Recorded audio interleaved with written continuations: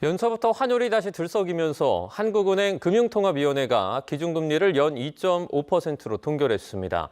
환율이 잡히지 않는 한 이 다음 달 기준금리 인하도 어려워 보입니다. 코스피는 장중에 4,750을 넘어서 또 최고치를 경신했습니다. 취재기자와 함께 금융시장 상황 좀 더 알아보겠습니다. 류한홍 기자, 이 기준금리가 동결이 됐는데 최근 불안한 환율이 이 금리 인하의 발목을 잡은 거겠죠? 그렇습니다. 채권시장 관계자 96%가 동결을 예상했는데 예상대로 한국은행 금융통화위원회가 올해 첫 기준금리 결정을 연 2.5% 동결로 선택했습니다. 7명의 금통위원 전원의 만장일치 의결이었습니다. 5차례 연속 동결인데 연초부터 불안한 움직임을 보이는 환율이 가장 큰 동결 배경이었습니다. 지난해 말 외환 당국의 고강도 개입 후 1,480원대에서 1,440원대로 내려왔던 환율이 사흘 전부터 급등해 어제는 1,479원, 그러니까 1,480원 바로 턱 밑까지 치솟았습니다. 간밤에 1,460원대로 10원 이상 급락했는데 베선트 미국 재무부 장관의 구두 개입성 발언 영향이었습니다. 베선트 장관은 워싱턴을 방문한 구윤철 부총리와 만나 최근 원화 가치 하락은 한국의 강력한 펀더멘털에 부합하지 않으며 외환 시장에서 과도한 변동성은 바람직하지 않다고 말했습니다.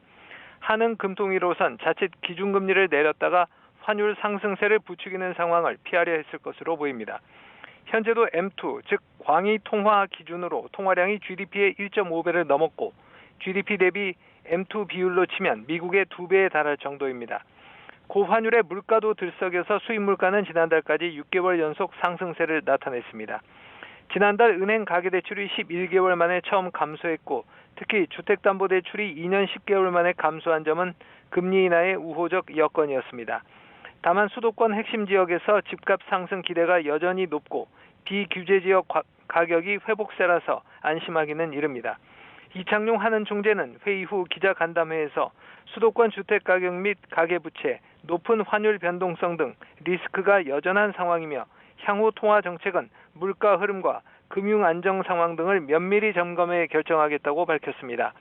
이는 매파적 발언으로 해석되는데 이 총재는 3개월 후 금리 전망에 대해 자신을 제외한 6명의 금통위원 중 5명이 동결을 제시했다고 말했습니다. 이번에 증시 소식도 알아보죠. 9일 연속 최고치 랠리를 기록 중인 코스피가 오늘도 최고치를 경신했다고요? 네, 코스피가 0.3% 내린 4,710으로 출발했지만 상승세로 전환해 4,750을 넘어 장중 최고치를 경신했습니다. 장 초반 개인이 순매수를 하다가 외국인과 기관이 바통을 이어받으면서 지수가 직전 최고치를 넘었습니다. 이후 외국인이 다시 순매도로 돌아서면서 지수 상승폭이 줄어들었습니다. 현대차는 하락 출발했지만 상승 전환하면서 3% 이상 급등해 또 사상 최고가를 기록했습니다. 삼성전자는 14만 원대에서 소폭 상승세이고 SK하이닉스는 73만 원대에서 소폭 하락세입니다. 한화 에어로스페이스와 한화오션, HD 현대중공업과 삼성바이오로직스 등 방산과 조선, 바이오 대표주는 3% 이상 오르는 등 강세입니다. 뉴욕 증시에서 이란에 대한 미국의 군사 개입 가능성에 기술주와 금융주가 하락했는데 우리 증시도 이런 영향을 받는 것으로 보입니다. 코스닥은 0.2% 내린 940으로 개장해 혼조세로 전환했습니다. 외국인이 순매수이지만 개인과 기관이 순매도를 하면서 지수가 하락하고 있습니다. 원달러 환율은 1,465원으로 출발해 1,472원까지 오르는 등 1,470원대에 재진입했습니다. 환율이 재차 수위를 높이고 있어서 시장은 긴장감을 늦추지 않고 있습니다.